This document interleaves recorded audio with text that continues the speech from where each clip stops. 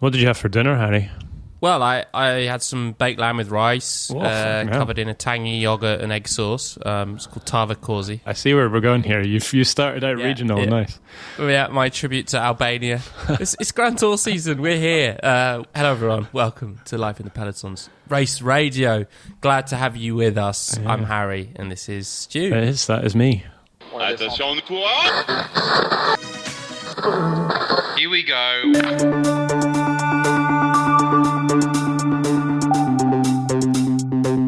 Let's take advantage of this. I'm Mitch Docker, and this is Life in the Pelotons Race Radio. Over to you. Yeah, of course. I didn't actually have Albania's national dish for dinner tonight. No. I had spaghetti, of course. The Giro's in Italy now by the time you're listening to this. But no, on this week's pod, we're gonna talk about the Grande Partenza, the start of the Giro d'Italia, the first few days, and just celebrate. We're so happy that these kind of 3-week races are here. This is when cycling really starts frothing up, yeah. Why do we love the Giro? Well, I love the kind of rhythm of the Giro. You've got just great action every day. Something's happening. The storylines build and build and build. And for us in Europe, if you're not watching it, you can't call yourself a fan. This is the greatest excuse ever to just stick it on second screen at work or on the telly while you're working. Brilliant.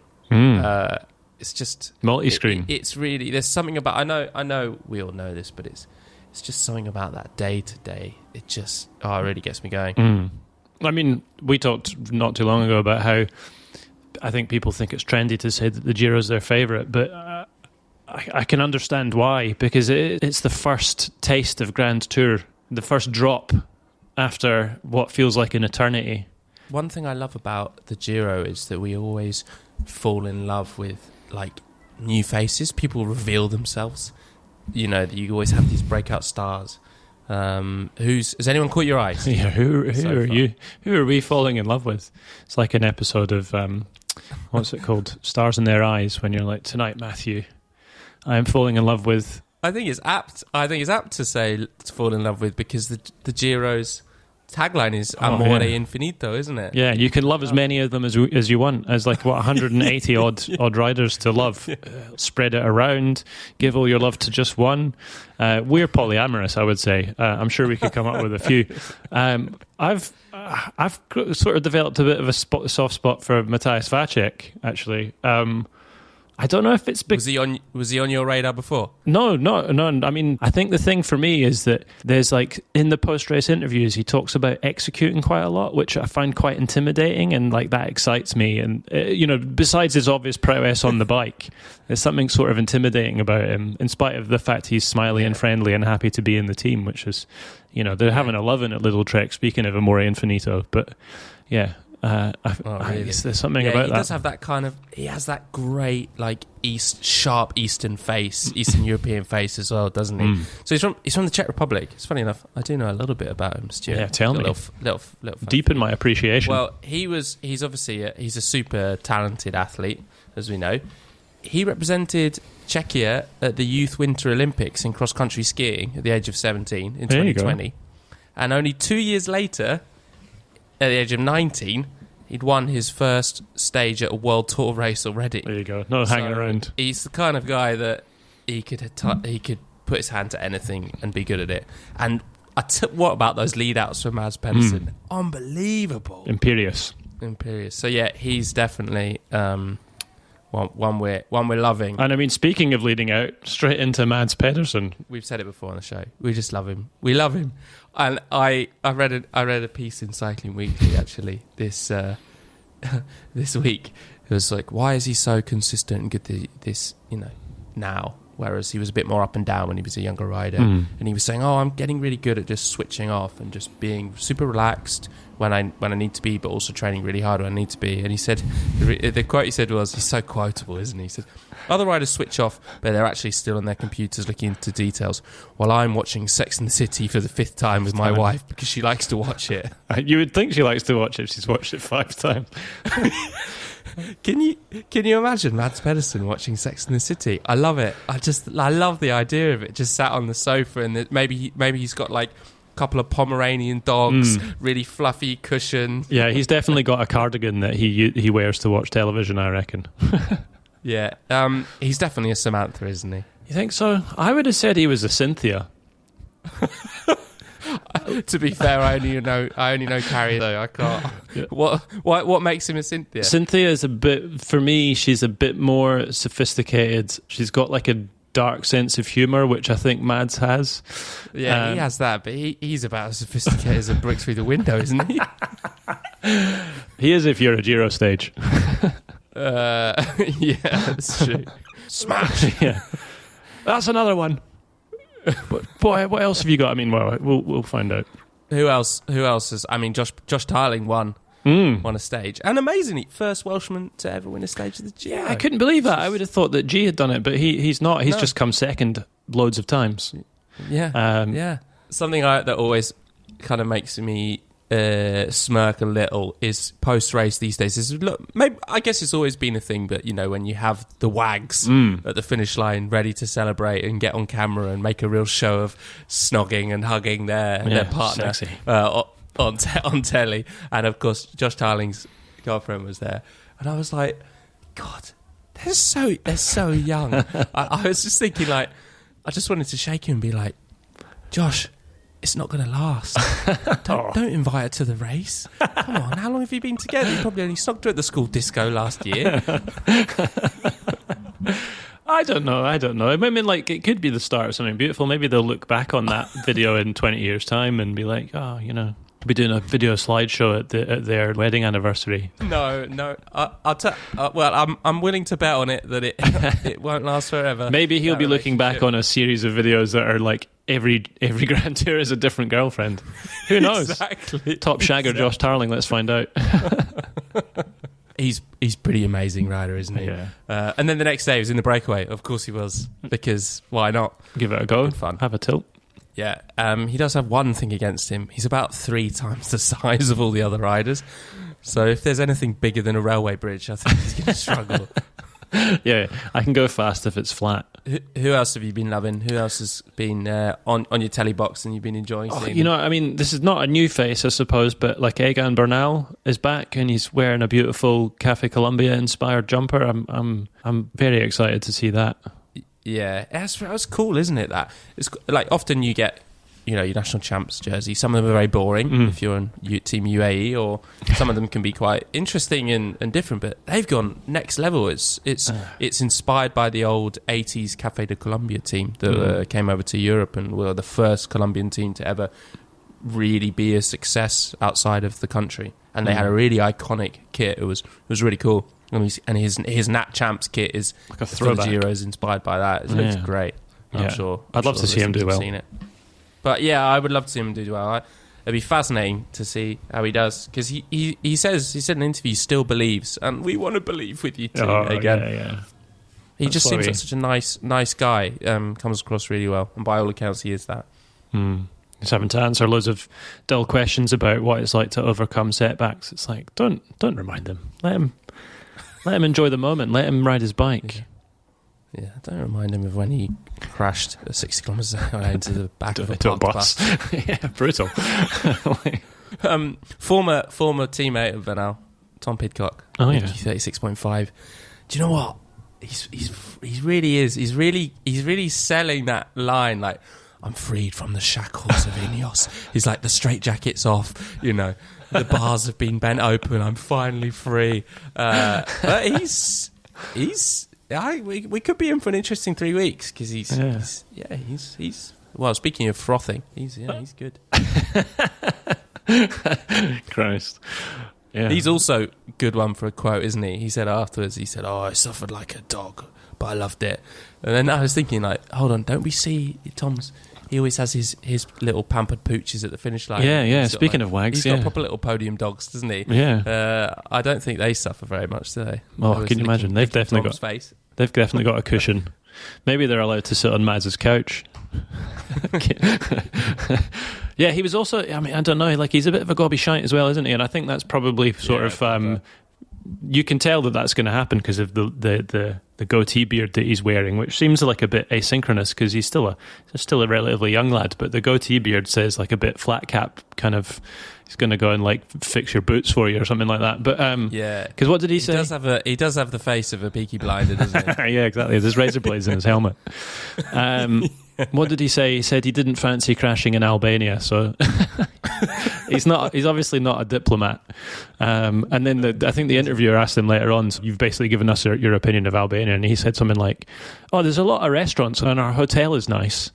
That does give an insight into actually what pro cyclists' lives are like. You think, oh, it's amazing. They go all around the world and they just go from hotel to hotel to hotel. But because a cycling team has quite a lot of staff, quite a lot of riders, and obviously it has the bus, the mechanics trucks. So all of the hotels need to have big car parks. That is literally the prerequisite of a team that goes to it. And what that means is they always have to stay at terrible hotels, like on the outskirts of town, which actually have space. So they never get... Riders literally would always stay at... Like I went to the Alpecin one at Roubaix, and it was literally in a shopping centre. And it's so depressing. It was like you're in this lovely part of the French countryside, and it was just like, oh god. So it doesn't surprise me that Tom's not travel blogger number one. No, exactly. He's if you need to know where there's a big car park, he might be your man. But if you're looking for a bit of culture, perhaps give him a wide berth. Yeah. If you need tips on a big watch to wear, then he might be your guy. But it's actually normal size. It just looks massive on his tiny arms. Yeah, right. Riding around in a G-Wagon wearing a big watch. So speaking of watching and G-Wagons, what about Derek G? Yeah. G-Watch. Yeah. Cycling's most famous Twitcher, of course. Derek G. Canadian hero, cult icon. Yeah. He was on Life in the Peloton last week. Yeah. Did you listen to the interview? Revealed himself further to be just a very, very nice man. Yeah. It's funny, isn't it? He's just too lovely. Yeah. I mean, imagine bringing him home to meet your parents. It'd be like, yeah, he can stay, this one. Yeah. Why didn't you turn out like him, Stuart? Yeah. I don't know. Well, you know what they say. Love's just about finding a better version of yourself. True. Derek G is a better version of all of us. The thing that I found most revealing and interesting from Mitch's great interview with Derek was when he was talking about, obviously, Derek burst onto the scene. I mean, we really fell deep for Derek. Yeah. Deep for Derek. Time for a new song. Yeah. In 2023, when he was in the breakaway on 7 or 8 stages and finished second, four times. But I loved hearing him talk on the pod last week about how he just loves the pure sense of racing that chasing breakaways does, and you could hear the joy and the passion in his voice. And then when he started talking about now that he's a GC rider, oh yeah, I was like, oh god, because he described GC riding as you just try to hang on every single day for grim death until you get dropped. That sounds horrible. It does sound horrible, doesn't it? But that is what it is. Unless you're the one that's the one guy that's putting everyone in the hurt locker. Yeah, miserable. I mean, even then, it's probably not that great. Yeah, yeah, exactly. So what's happening in G-Watch? Give us the rundown. Yeah, well, I mean, it's not. If GEC is the intention, he lost a minute on stage 1 and then finished 20th in the TT, which might be a nightmare. But then maybe it's a secret master plan. Maybe he's trying to lose time so he can get in his beloved breakaways, because they don't let you go otherwise. If you're too close on GC, you're not allowed in the breakaway. Whereas if he loses, let's say, 20 minutes. Do it, Derek. Do it. Come on. Let us dream. Yeah, we can only hope. Let's see. Oh, I can't wait to see how he gets on. Firm favourite, definitely, at the Life in the Peloton family. Another firm favourite who tragically was gone before the first stage even finished. Fell foul of a slippery road. Brutal. Mikel Landa. The myth of Landismo, as they call it, continues a bit, doesn't it? There's something heartbreaking about there, isn't it? Or maybe it's just those sad lovely eyes and bushy eyebrows. You've seen him in the flesh, haven't you? I have, yeah. I was at the Giro in 2017. for the Cima Coppi when they went over the Stelvio. That was the amazing one where it was like he and Vincenzo Nibali were battling it out for the stage win. Yeah, that was an amazing day. Yeah, I mean, probably that stage was best known for, that was the one where Tom Dumoulin went for a poo behind a road sign. But for me, it was seeing Mikel Landa up close. Because he's, I don't know. Like, there's something, we've talked about this before, but being roadside at a race, there's not really anything like it, because there's not many sports where you can get that close to, like, the absolute creme de la creme of the sport that you are watching. And you like, it's visceral. Like, you could touch them, you know. Like, I'm not suggesting that you do touch them. Some people are into that. It's not. I'm not condoning. Just touch them in your mind. Yeah, just in the mind's, with the mind's hand, and absolutely beautiful sight. And then the following morning at the warm up for the following stage, I saw him on the turbo next to Phil Diden, also a beautiful man. But the pair of them got beautiful eyes, actually. But bloody hell! What a double! Yeah, what a double act! What a duo! Yeah, it's like set up and knocking down with the beautiful blue eyes of Phil Diden to finish you off. Yeah, I interviewed Landa once on Zoom. It was in COVID, and it was an interview about the 2015 Giro. What was that like? Did the myth continue for you, or did he? Yeah, for sure, because I felt he's just unknowable. He's probably unknowable to his wife. You know? It's just a mystery. But maybe that was just a bad signal on Zoom. Were you conducting this interview in English or Spanish? In Espanol, yeah. Oh, yeah. A cunning linguist. Very nice. Muy bueno. So those are the riders that we've been falling in love with at the Giro. Tell us who you're falling in love with. Send us an email. We'd love to hear from you. raceradio@lifeinthepeloton.com. Drop us a line. What else has been catching your eye, Harry? You know, we're fans on Race Radio. Fans first and foremost. But yes. I think part of the fandom is also just enjoying the weird stuff. You know, we've seen there's definitely weird stuff at races, and something that you always see at the Italian races, in particular the Giro, is those security guards that are there right after the stage finishes, and so the Mats Pedersen crosses the line, and then suddenly there's just this phalanx of muscly Italian-looking men with white T-shirts that sort of create this human barrier around him, and I love it. They're so like officious, and they take their job so seriously. And they must oil up their forearms, you know, so that nobody can grab them, and nobody can get move them out of the way. And they all have these amazing like tacky T-shirts on, which I looked it up. It's for Loredana Water Company. And I was looking at the marketing, and they claim to be the lightest water in Europe. Wow, okay. I didn't know water was heavy, but they say they've only got 14 milligrams of fixed residue per litre. What's fixed residue? Yeah. It's that pre or post bath. Yeah, don't drink the bath water. I mean, I've heard of heavy water before, but that's because that's the stuff that they use in nuclear reactors. So okay, definitely don't drink that either. Yeah, nuclear reactors in Johan Museo's bathtub. Yeah, Loredana. Don't drink the bath water. Don't drink nuclear reactor water. Drink Loredana. Yeah, there you go. What else are we looking for? Well, now the race is in Italy. I can't wait to see the Giro train. You know, the train rides along the riders as basic. I'm pretty sure they map it to so that somehow a train, whenever the race goes along train tracks, there's a big pink train that goes alongside the race. It's great. Yeah, you can imagine the algorithm at work. Yeah, right. That'd be great fun. I love it, though. That'd be great fun. So keep an eye out for that.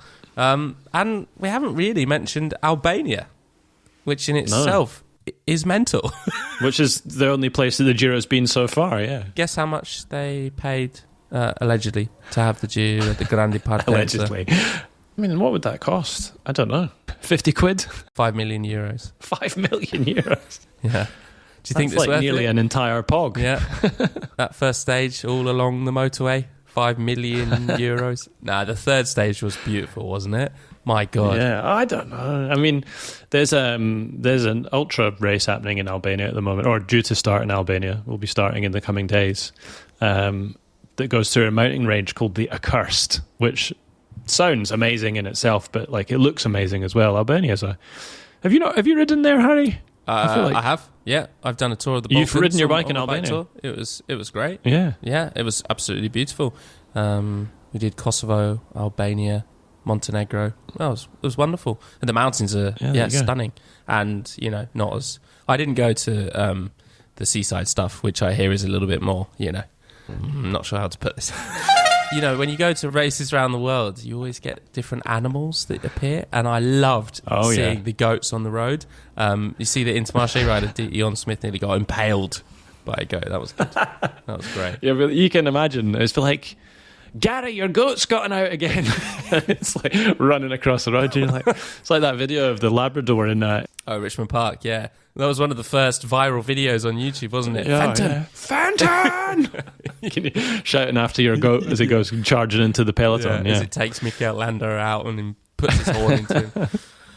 Is there a more Albanian animal to be taken out by? I don't know that there would be, really. Well, I mean, there is a double-headed eagle on the national flag of Albania.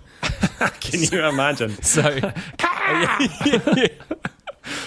But yeah, no, I'm glad to see that it didn't. I mean, he seemed to get away with being attacked by a goat. Yeah. So that's made me wonder what other animals should be represented in bike racing. And I mean, obviously, my mind goes to the grand depart of the Tour de France in Edinburgh, where we might see haggis on the road, perhaps. But a little haggis running around. Did you know that my dad convinced me that haggis was a wild animal that used to run around the Highlands until I was about, well, I'm going to say 10, but it was probably more like 18. Yeah. When I finally got to university, I went to university. I was like, where's the haggis? You're like, where are these haggis? Grand tours are nothing if not tourism, actually. I mean, the Albanian Tourist Board paid $5 million to have the race there. And I've discovered, this is another of these kind of things that kind of pop up, but is that the Giro on their YouTube channel have a show that's like a tourism show. It's amazing, Stu. It's brilliant. It's presented by Paolo Bettini, i.e. one of the Italian greats. He's got an incredible palmares. He was a proper killer on the bike. And it was the first time I've seen him in about 15 years, and he's become what I can only describe as the uncle in the Dolmio adverts.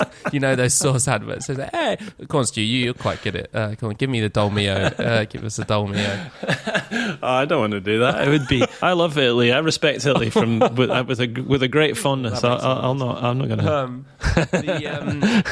But this show, so it's Paolo Bettini with a lady who I presume is known in Italy. I don't think she's a pro cyclist. Not known to you. But they basically, in the first episode, they just ride. They're on bikes, but they've not got any bags on their bikes, so they're just randomly on bikes, and they're just riding from place to place. And there's just endless drone shots of them just like riding into shot and meeting some guy who's handily waiting there, who tells them quick snapshot 1 minute about this monument in Albania, and then they move on to the next thing. But it's great because, of course, it's super cheesy. It's Italian. What do you expect? Of course it is. Yeah. And of course, being Italian, there's a bit of a simmering undercurrent of hot amore there. I'm hoping by stage 21, the two of them have fallen in love and moved into a house in Rome together or something. That'd be good. Fun. Oh, lovely! Yeah, nice little. I was hoping that his co-star might have been Gino D'Acampo.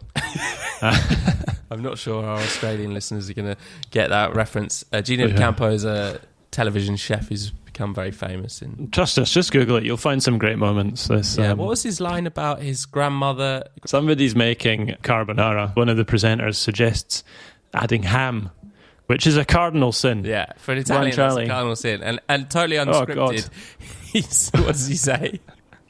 He says, if my grandmother had a wheels, she would have been a bike. Such a bizarre, great line. It's really legendary moment on British TV.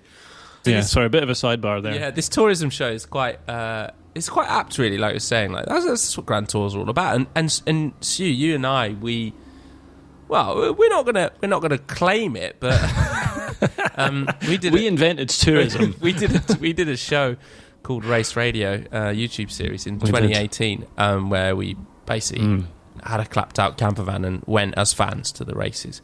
And we were kind of, our kind of, let's say, our credo that we were working to was grand tourism. This idea of just like, that's what cycling's all about. It's just getting out roadside, going and just enjoying it on the road, but like enjoying the food, the culture, whatever, like the flavors of the places that you go to.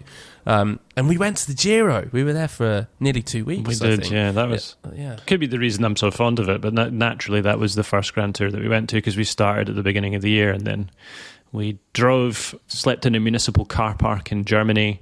Harry made pasta for dinner, actually. That was, I remember that. You had the fairy lights on. It was quite romantic. And then we parked up on Monte Zoncolon, didn't we? Yeah. It was great. Got there at like 4 o'clock in the afternoon, then I tried to ride my bike up to the top of it and blew my beans within about 15... I was going to say 15 minutes, but it would have been more like 15 meters. It was. You weren't acclimatized, let's put it that way. No. And then I also had like a race. I mean, like, this is a bad workman blaming his tools, isn't it? But I had like I didn't have a compact chainset or a big cassette on this bike. It was like, got there and I was like, this is incredibly steep. Yeah, Zoncolon, which is famously a killer. Famously steep. On race day, I rode up it, and you got the gondola up to the top, didn't you? And I met you there. Yeah, it's more my speed. Yeah. What else did we do? I remember we bought those Panini sticker books and tried to fill those.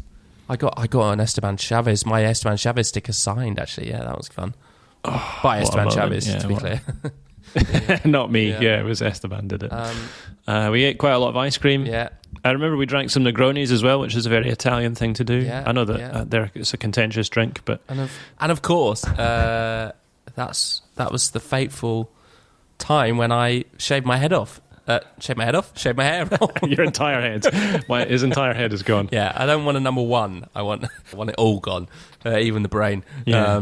Had a lobotomy. I don't need it. I was thinning, should we say, on top, and the company we were doing this series for had a Marco Pantani inspired pink jersey, and I decided, why not give it a go? So I got my head shaved, and I had a beard, and so I got the little goatee beard as well, just like Il Pirata himself. It was great, and I've never looked back. I mean, I haven't kept the goatee. That was a step too far. But I do have an earring, which is definitely my nod to Pantani, one of the greats. Lovely.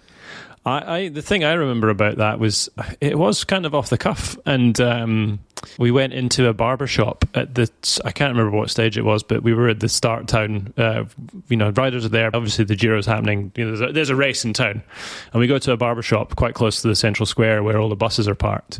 And Harry walks in and says in Italian, he says, "Can I have a Marco Pantani?" And the person working there is like, "Who?"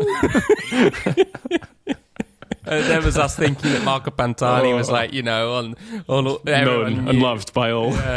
Not quite the David Beckham of Italy, perhaps. And I was like, the guy that died of a cocaine overdose in a hotel room a few years ago.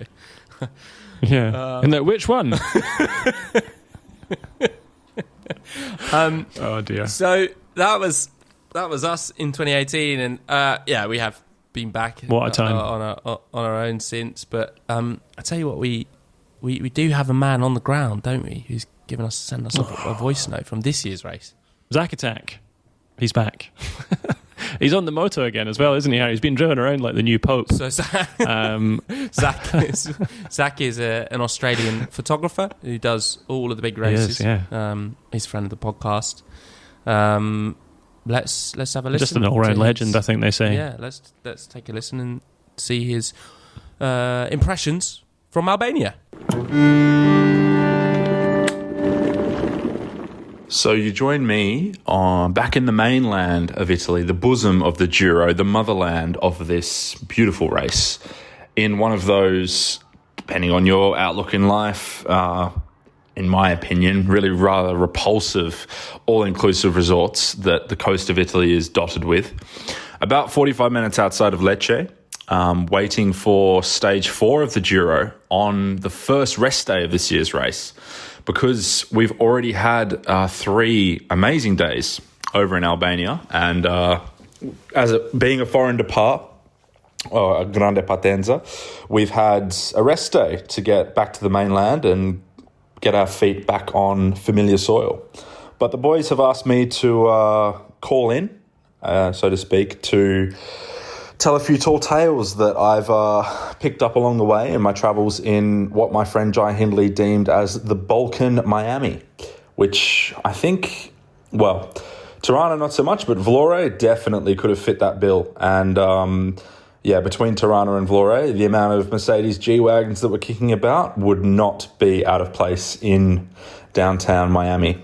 But yeah, look, the first stage, it's pretty bloody cool. I've got to say, my first impressions of Tirana were overwhelmingly positive. I'm lucky enough at the Giro to be one of the official photographers for the organisation, for RCS, so I get treated like a king here, which is unreal. I absolutely don't take it for granted. The first stage was great fun. I'm on the motorbike here for every day of the race until Rome, and I was apprehensive, I've got to say, about the road surface, about the scenes, about sort of the safety, I guess, being on the moto and being in the thick of it. But I've got to say, across the 3 days, I don't know necessarily how this bodes in the context of everywhere else, but the roads, the situations were no worse than anything I've encountered in Italy or in Belgium. So that's got to count for something. But yeah, the first stage was good fun. It was pretty barren until the first climb, which was really beautiful. So I sort of rolled through a few towns and everyone waving, everyone saying hello. All the Albanian people that I came in contact with were absolutely lovely. Very welcoming, very excited to see you, very seemingly excited to see the race and this random novelty of 190-odd blokes in Lycra speeding past them.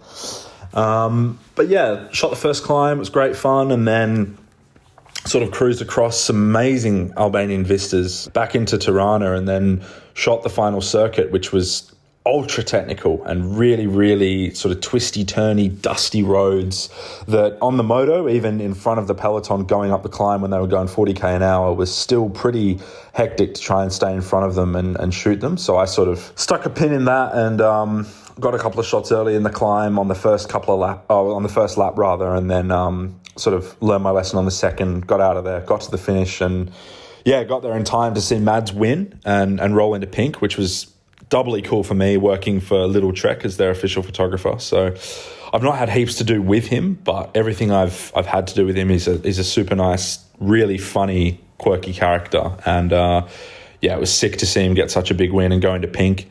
And then the TT was, in my head, I think I had built up this desire to have like a quintessential Albanian photo or scene to capture, but everything was just either too far away from where the riders would be riding on the road, or not positioned quite right, or just sort of not what I was after. So I settled for this sort of really nice tree-lined boulevard, and I sat there for 5 hours shooting all the riders as they came through, sat on the side of the road, waiting for them to roll past me. I got some really nice stuff. In the end, the pollen in the afternoon was so bad with the wind and the cars kicking up the pollen in the afternoon light. I got a really cool photo of Wout. Looks like he's riding through sort of pelting rain, but it's actually just pollen. And luckily, not being allergic to the earth and not having any hay fever, I didn't sort of succumb to any of that, which was a relief, because I think if I was a hay fever sufferer, I would have been in the trenches. But yeah, that sort of took me to the end of that stage. We got into stage 3, and I'd heard from Harry Talbot, Visuals of Harry, my dear colleague and great friend, that stage 3 was the scenic one. And it really, really was. It was absolutely beautiful. And I spent the whole day on the motorbike just sort of really in awe of how stunning this part of Albania was. And yeah, pinching myself the whole time how random this situation was and how beautiful it all was. But I was stood in one particular spot, sort of the first nice shot I got all day of this vista. Stood there just waiting for the peloton. And I looked around at my feet as I was framing up my shot, just to sort of move a little bit further up the sort of awkward hill that I was on. And I looked to my left, and there was a turtle, or I don't know, some people have corrected me, maybe a tortoise. And I was just stood there in Albania with a tortoise or a turtle or whatever you want to call it, shooting a bike race. It was really bizarre. He was minding his own business, having a good time. And yeah, got through the sort of back valley that was there, came back over onto the seafront, the ocean side for the rest of the stage. Went up this really beautiful climb that was pretty savage. That Mads just managed to get over, no worries at all. And from there just cruised back into the finish. The last sort of 20, 30 Ks was super fast, really technical. So I just sort of said to my pilot, let's go to the finish. I've got the story of the day done. And sure enough, Mads did the business again. And rode back into pink. And then I was told at the start of the day that we needed to pretty much leave straight away after the finish. Missed the podium because we had to get back to our flight in Tirana, which was a 2-hour drive away from Vlore that night to get out of Albania. And then before I knew it, we had a police escort down to Tirana airport, and we turned a 2-hour drive into an hour and 15. And that sort of ended my time in Albania. So yeah, really, really wicked few days. Awesome country. Definitely keen to go back to the Balkans. And yeah, racing in Albania is super cool. I'd love to do more of it. I'm a bit jealous. I mean, I also love his story of just randomly taking photos on the mountain with a turtle alongside him. That was great. A tortoise, a tortoise, or whatever it is. You can't decide what it is. I mean, he's clearly not like a man au fait with his amphibians, but No. we can let him away with that because he knows the front end of his camera from the back.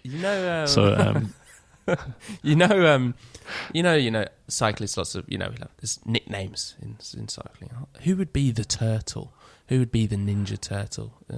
If we had to give them the nickname. So they live for ages. They'd be pretty old, wouldn't they? Hard shell, slow metabolism, so maybe a slightly more overweight rider. Slow, so maybe not one of the best riders. Anyone coming to mind?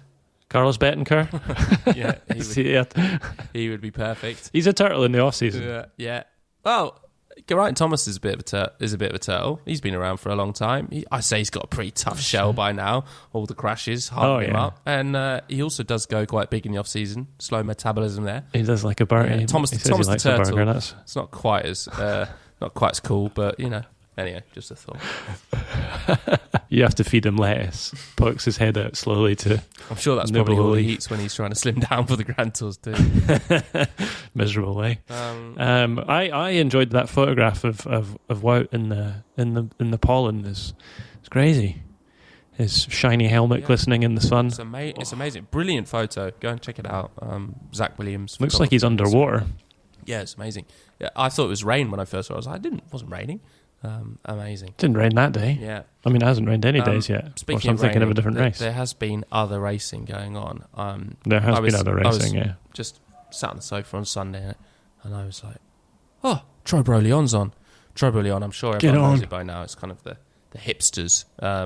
Hipsters Paris-Roubaix that goes along all these kind of gravelly tracks in Brittany. Shitty farm roads, basically. And I watched the last 25 kilometres and it was fantastic. And I encourage everyone who's listening, if they haven't, to just go back and watch it if you've got, or just watch the highlights. But it's absolute mental. It's pure chaos. The motorbike, it's not some big BMW cruiser thing that they usually have. It's like a proper off-road trials bike with big knobbly tyres. You can hear it. So you can hear this like like as it going around the corner. And there's like these attacks going left, right and centre. The riders are crashing. You can't tell who anyone was anyone because of all the mud on them. Covered in filth, it was brilliant. Have you ever watched this, you? Oh, yeah. It's Trobro, the one where they get a pig at the end. That's the best Breton rider gets given a pig. That's it. It's very, very specific. Yeah. Speaking of that, it's this year was like a full French podium as well, wasn't it? Yeah, it was fantastic. Two decathlon guys rode a brilliant race and crossed the line together, arm in arm. Crossed the line together.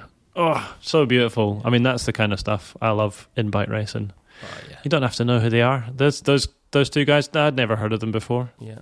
Edged out, was it Madouas and Turgis, who you may have heard of, but these two young lads were beside themselves. Yeah, superb. And there was also another Grand Tour that's just finished, the Vuelta Femenina. There was, yeah. Spain for the women's peloton. And there was some cracking racing. Was there a stage that 7 whole stages of it? Yeah, 7 whole was there a stage that stages. stood out for you? Well, I mean, I suppose straight away, stage 2, Marianne Vos won in inimitable style, and she went into the points jersey, didn't she? And then just kind of kept it till the very end. I think this year at the Vuelta, you could only, with a race that begins with a V, it seems like you were only allowed to win if your surname began with a V, because if it wasn't Marianne Vos, it was Anna van der Breggen or Demi Vollering who were winning stuff. Yeah. Except for stage 3, when Femke Gerritsen outsprinted Marianne Vos, which was, I think that might be my favourite actually, just because it's something a bit different, and it was really close.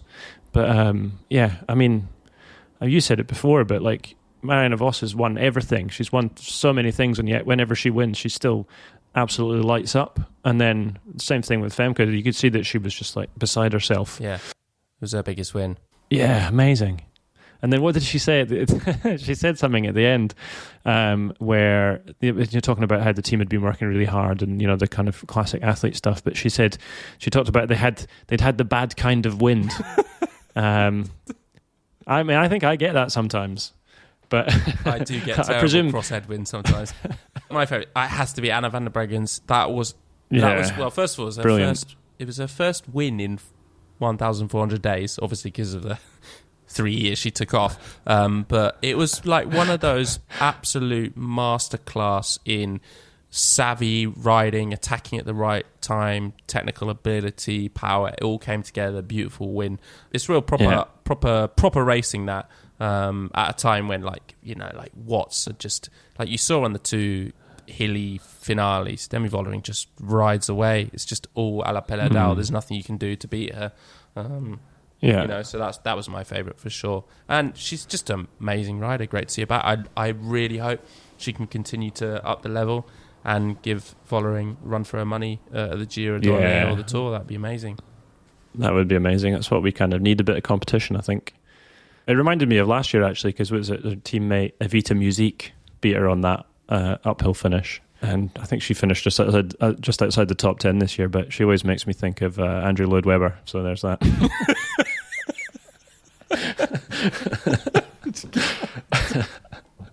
I think that's a good note to end the show on.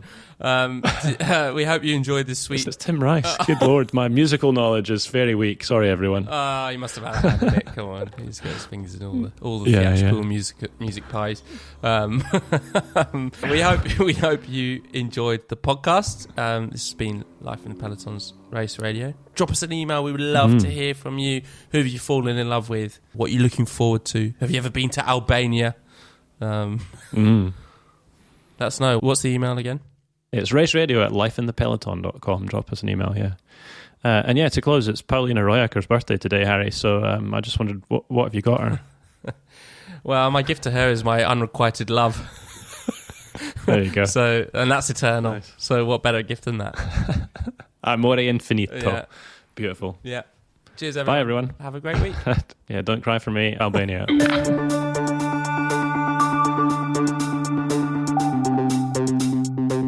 Let's take advantage of this. I'm Mitch Docker, and this is Life in the Pelotons Race Radio.